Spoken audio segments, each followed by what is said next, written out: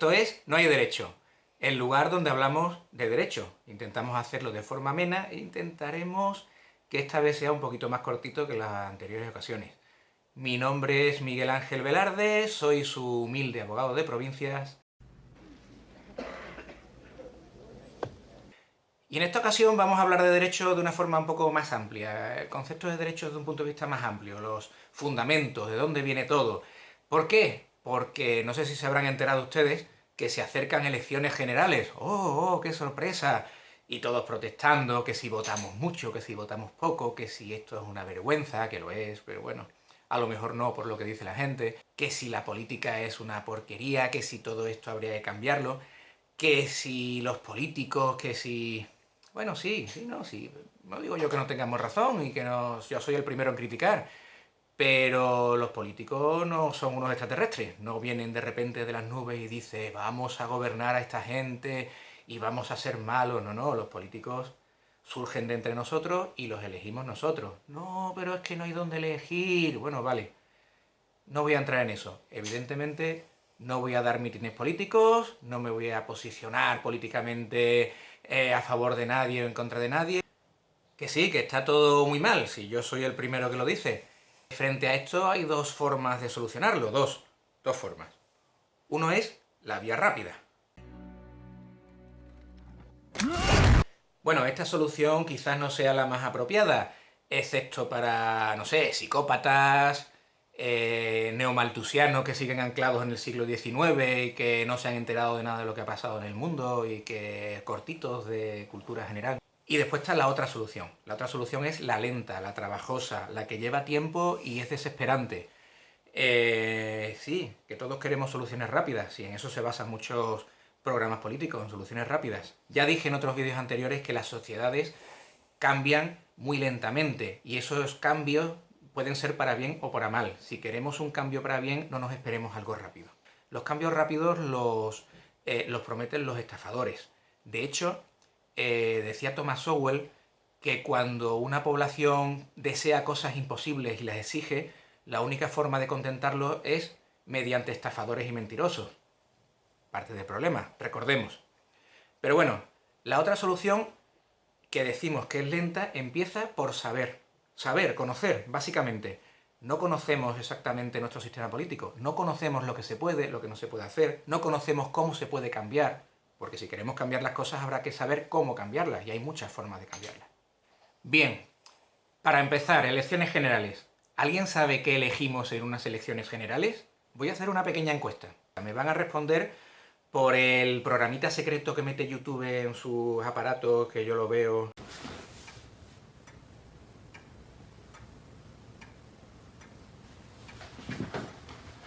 No, en serio, vamos a ver. Que levante la mano el que crea que elegimos al gobierno. ¿Sí? ¿Usted cree que elegimos al gobierno en las elecciones generales? Estamos hartos de escuchar el pueblo ha querido un gobierno, el pueblo ha querido que... No, vamos a ver, no, no elegimos al gobierno. ¿Qué elegimos en unas elecciones generales? Sí, ya veo que usted ya lo sabe. Silencio, no me haga spoiler, que lo voy a decir al final. Bueno, se lo podría decir ahora mismo, pero para entender bien las cosas hay que empezar por el principio. Y para empezar por el principio hay que entender el tipo de Estado, el tipo de sistema político en el que estamos. ¿Dónde vamos, dónde podemos ver en qué sistema político está el Reino de España? Inciso, el nombre oficial de nuestro país es Reino de España. Del mismo modo que el reino oficial de Inglaterra es Reino Unido de la Gran Bretaña e Irlanda del Norte. Ocupa más espacio el pasaporte. Bueno, pues acudamos al artículo primero de la Constitución española, que estoy seguro que todos se saben a la perfección. España se constituye en un Estado social y democrático de derecho que propugna como valores fundamentales, bla bla bla, bla bla bla, bla bla bla. Vamos a quedarnos con la primera parte. Un Estado social y democrático de derecho. Punto primero, somos un Estado. Ah, claro, un Estado es un país. No. Un Estado es un tipo de organización política. Durante miles de años, que no soy exagerado, la mayor parte de las sociedades políticas, los reinos, los imperios, se basaban en grupos, normalmente familiares, pero grupos, que debían fidelidad a otros grupos o a otras personas. Te habría seguido, mi hermano. Mi capitán. Mi rey. ¿vale? Eso era el tipo de gobierno típico hasta las revoluciones liberales del siglo XIX o finales del XVIII. Y en esas revoluciones liberales surge el Estado. El Estado es un sistema político compuesto por tres elementos fundamentales: un territorio, una población que vive dentro de ese territorio y un sistema de gobierno, un sistema político que los engloba a todos. El territorio es esencial en ese Estado. El territorio es un territorio delimitado y perfectamente comprensivo. Es decir, en los sistemas preestatales lo importante es que una persona era súbdito de un rey. Ese rey era propietario, con ciertos límites. Vamos a hablar de una forma un poco entre tú y yo, ¿no? Ese rey era propietario de ese territorio y ese territorio podría ser cedido, vendido, comprado, podía legarse en herencia a otro rey, pero lo importante para esa persona que vive en ese sistema político es que es súbdito de un rey, o súbdito de un noble que a su vez es súbdito de un rey. En nuestro sistema político, usted es una persona que vive en un territorio, independientemente en concepto de que viva, ciudadano, residente, de lo que sea. Usted vive en un territorio y eso le confiere una carta de naturaleza, una situación jurídica. Lo segundo es la población, usted y yo.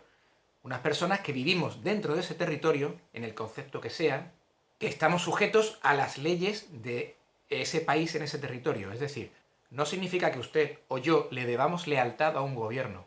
Significa que usted y yo, por estar dentro de un determinado territorio, debemos obedecer las leyes que rigen en ese territorio.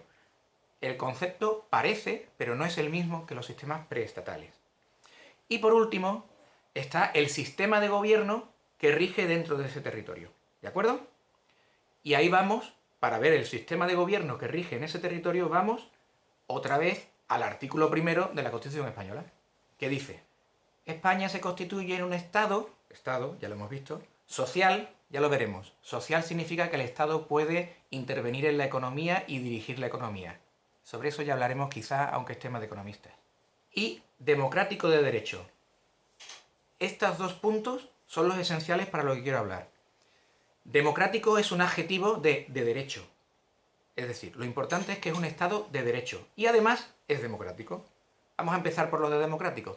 Democrático significa que la alternancia en el poder no se produce por herencia, no se produce por golpes de Estado, o no debiera. Democrático significa que para la alternancia en el poder hay que consultar a la población mediante elecciones, sufragio. ¿Qué tipo de sufragio? Pues hay muchos tipos. El nuestro es el sufragio universal, es decir, que votan todas las personas con su derecho de ciudadanía y que no tenga limitados sus derechos por una resolución judicial, mayores de 18 años. Y lo importante es que se trata de un Estado de Derecho. Estado de Derecho significa que el poder está limitado y sometido a normas. Sí, usted, amigo espectador, que me escucha y que cree que hay que darle todo el poder absoluto a un gobierno para que haga el bien, no. El poder está limitado y sometido a normas. ¿Por qué está sometido a normas? Para limitarlo. ¿Por qué está limitado? Porque es una garantía de los derechos de los ciudadanos. Un poder ilimitado aplasta a sus ciudadanos, por muy bueno que sea el gobernante. Es más, me atrevería a decir que cuanto más bondadoso, más tiránico es. A la historia me remito. Eso quiere decir que cualquier órgano del poder tiene que seguir unas leyes, y esas leyes le imponen un procedimiento. ¿Esas leyes se pueden cambiar? Por supuesto que sí, se pueden cambiar siguiendo el procedimiento. Es decir, oiga, es que esto se ha quedado obsoleto, es que se necesita... Muy bien, siga usted el procedimiento, porque eso evita que el Estado social y democrático de derecho se convierta simplemente en un Estado. Que puede ser Corea del Norte, que puede ser Venezuela, la Alemania nazi o la Unión Soviética, o Irán, son estados. ¿Y cuál es el principal método para limitar el poder del Estado, aparte de someterlo a leyes? El principal método es la división de poderes, lo que se llama el conjunto de balanzas, contrapesos y balanzas de los poderes. Es teoría del siglo XVIII, no es nueva, sigue funcionando. Más o menos. La idea es la siguiente. El poder se divide en diferentes poderes que se contrapesan entre ellos y se limitan entre ellos. ¿Cuáles son esos poderes? Legislativo, ejecutivo, judicial y constituyente. El poder legislativo es el poder que hace las normas, el poder que legisla.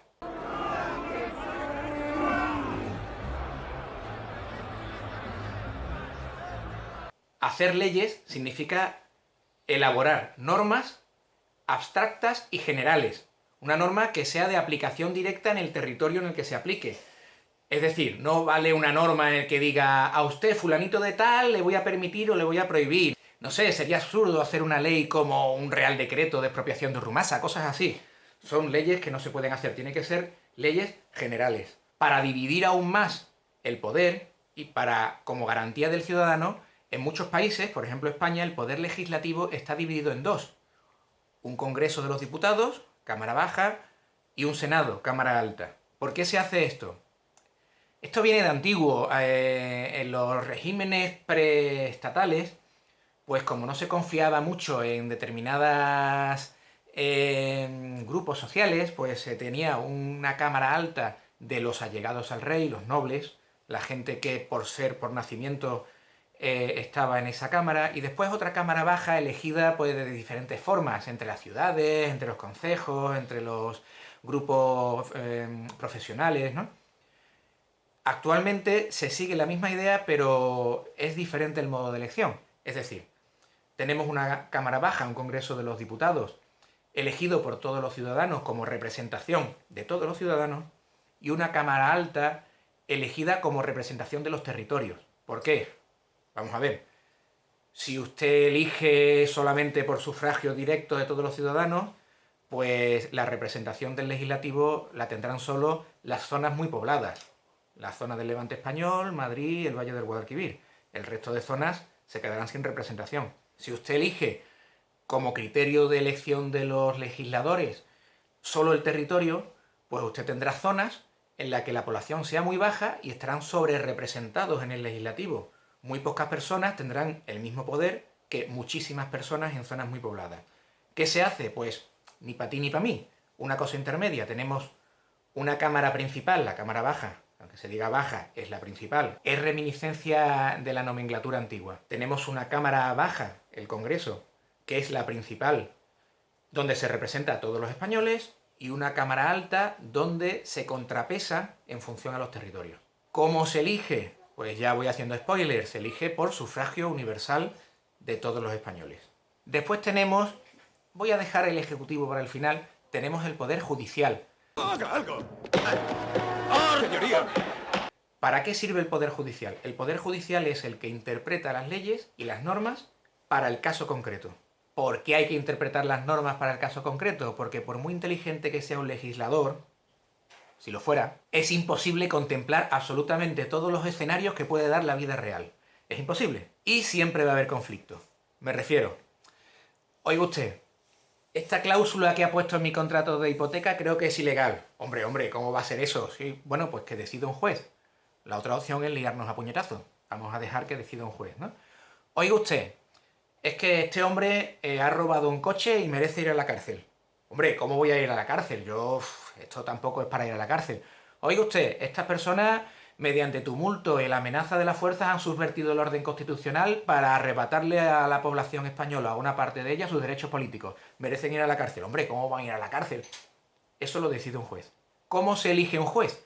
Los jueces acceden a la carrera judicial de una de las formas más democráticas y abiertas del mundo. Es decir, usted estudia, aprueba unas oposiciones y ya es juez. Y ya no lo puede mover nadie de allí.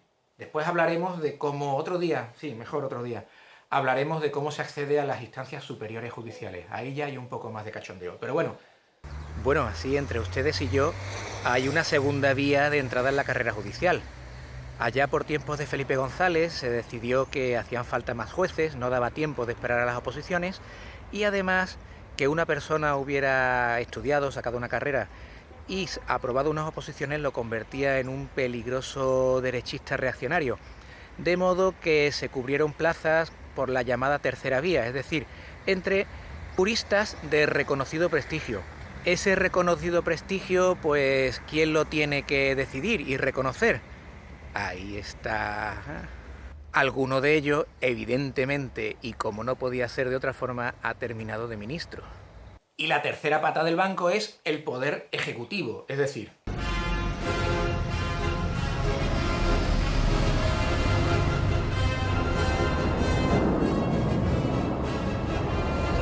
Alguien tiene que hacer que lo que manda una ley, lo que el legislador saca como una norma, se convierta en realidad.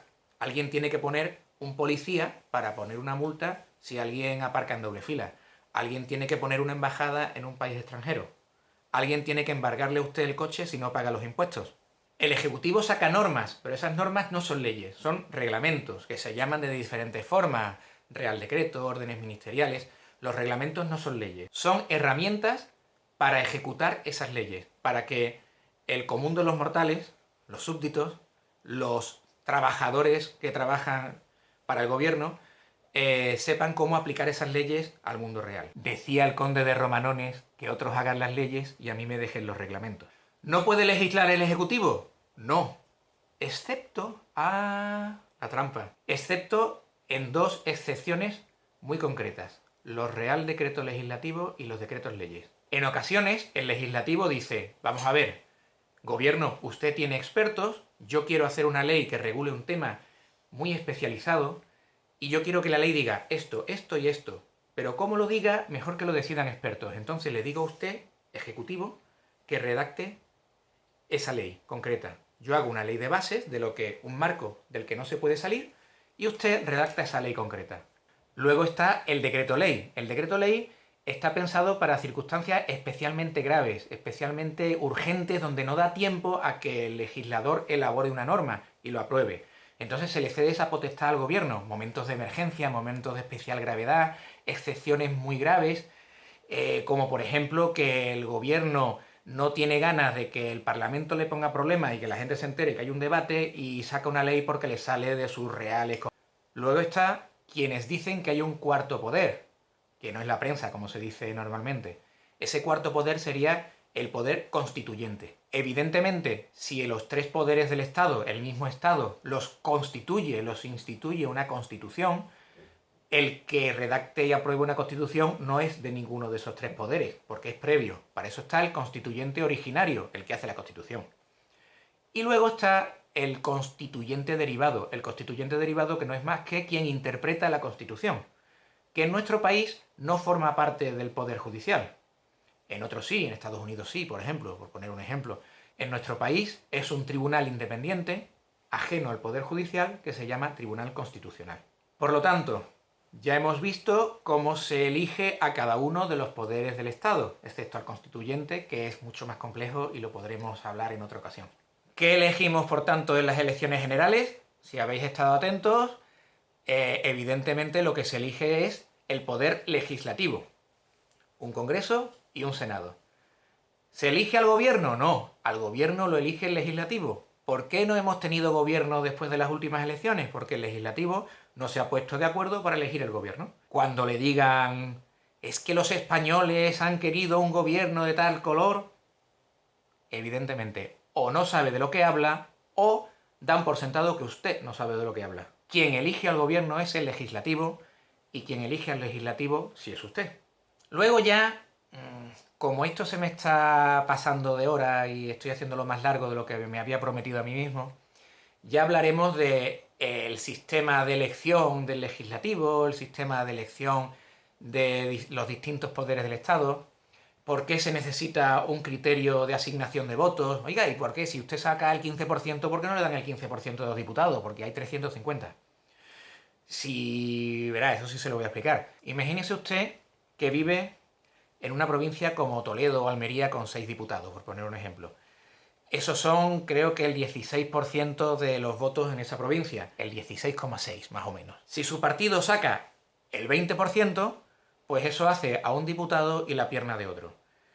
Llevar al Congreso de los Diputados la pierna arrancada de alguien, aparte de antihigiénico, es bastante poco útil. ¿Para qué vamos a...? Y en fin, eso es todo. Espero haber sido de cierta utilidad, de haber dado alguna información que les sea interesante, no haber sido demasiado coñazo. Muchas gracias por haberme aguantado hasta aquí. Y en breve pues vendré con alguna otra disertación, algún tema que sea más práctico, a ser posible. Si tienen alguna idea, si quieren contactar conmigo para lo que sea, saben cómo hacerlo. Ahí abajo le pongo cómo. Y nada, adiós y hasta la próxima. Papá, ¿yo puedo el pantalón del pijama? No.